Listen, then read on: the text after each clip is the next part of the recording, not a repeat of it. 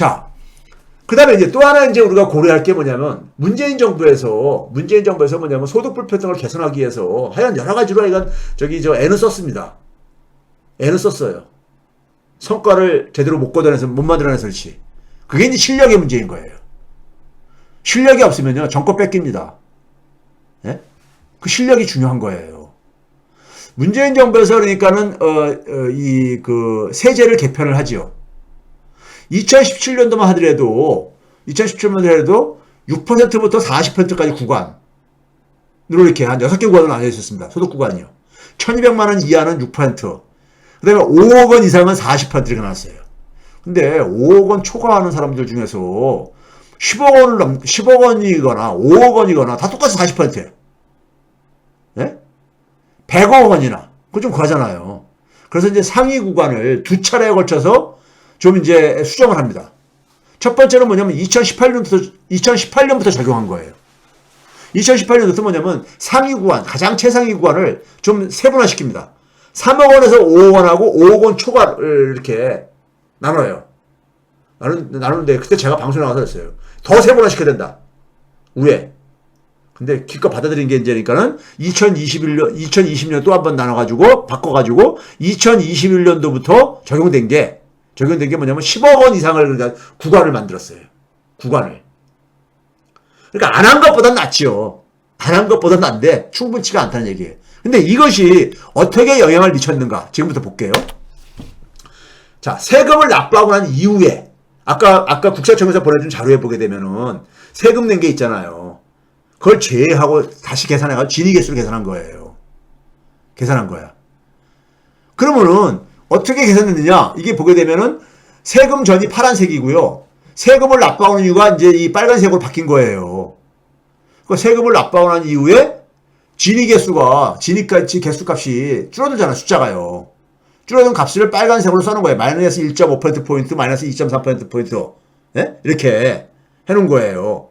그러니까 분명히 세금을 그러니까 조세체계를 개편해가지고 효과가 있다는 게 보여주는 거죠. 그런데 2017년 기준으로 해서 2017년이 44.3%였단 말이에요. 이게 이제 박근혜 때 만든 조세체계 해가지고 44.3%였었는데, 그렇죠? 진위계수가요. 그런데 이거 대비해서 2019년도하고 2021년을 어느 정도 그러니까 이 변동이 생겼는가 보니까는 2017년도가 마이너스 2.7. 그러니까 그린 색깔로 표기한 숫자요. 마이너스 2.7. 2021년은 마이너스 2.3. 지금 뭡니까? 2019년이 더 크다는 얘기야. 문제는 뭐냐면 뒤로 갈수록 그러니까는 상위 소득자한테 더 과세를 많이 했음에도 불구하고 2019년도에 개선 효과가 더 크다는 얘기예요. 2021년도보다. 왜? 이게 최저임금 효과인 거예요. 최저임금 효과가 조세 효과하고 최저임금 효과가 두 개가 결합돼가지고 진위계수가 나올 게 아니겠습니까? 가장 크게 소득 분배가 개선된 건 2019년이라 이거예요. 2019년이다 이거예요. 그 얘기하는 겁니다. 지금 제가 얘기하는 건요. 자, 그 다음에 OECD에서 이제 우리나라가 상대적으로 어느 정도 그러니까 이제 소득 분배가 돼 있는가를 보게 되면요.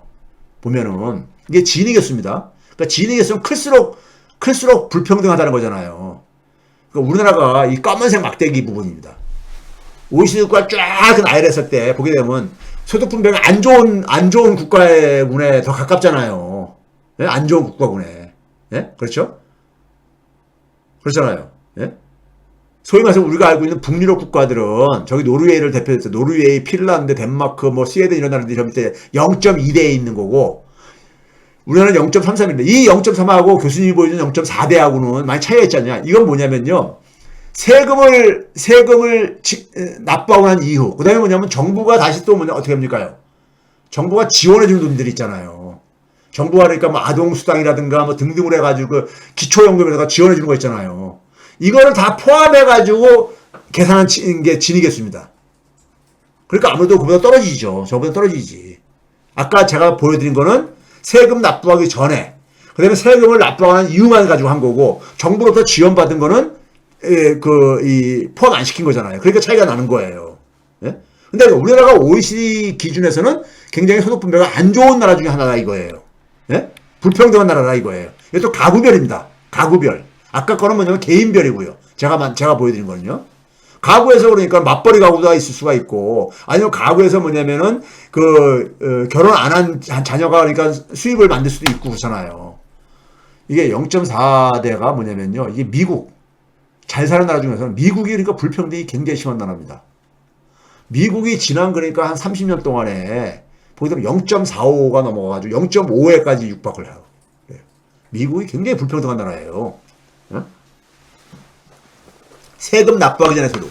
근데 우리나라가 지금 여기랑 비슷하잖아요. 뒤에 이제 통합소득 보게 되면 우리나라 비슷합니다. 네? 우리나라 비슷하잖아요. 자, 초고소득층.